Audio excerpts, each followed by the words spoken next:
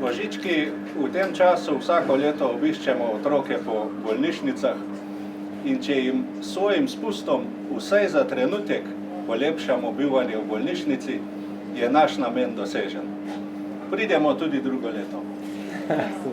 Ja, človek bi si želel, da je v tem decembru tudi nekaj snega za ozadje, ampak v bolnici verjetno otroci ne morejo uživati v snegu. V bolnici so zato, ker so bolani. In če nekdo pride kot tile božički in božičke in jim skozi okno pomaha in jim vsaj za malo lepša bivanje v bolnici, ki nikoli ni najbolj prijetno, je to zelo velika stvar. Ali to pomaga hitrejši ozdravitvi?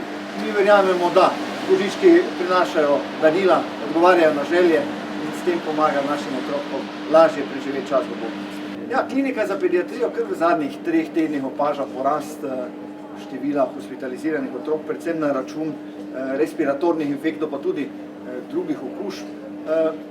Se poslušamo o tem trendu, pa pozabimo zdaj, kateri virus je. Veliko virusov je, ki otroke pravzaprav ohromijo v njihovem vsakodnevu, z visoko vročino, kašljem, kihanjem, smrkanjem in zdriskami prihajajo. Zasedenost, če imamo 60 postelj, je zdaj vsak dan pravzaprav več kot 60 otrok. Pustimo, koliko je postelj, veliko več se da otrok namestiti, ampak zdi se, da bo to še nekaj časa trajalo. Mogoče je kdaj prej ali pa v lanskem letu prišlo do hitrega, visokega vrha, pa se je potem umirilo, letos pa se zdi, da bo ta vrh trajal kar precej dalj časa. Virusi so pa popolnoma vsi, če hočete, od korone, respiratornega sincicijskega do rinovirusov, rotavirusov, so pač na pohodu, zima je tako obdobje.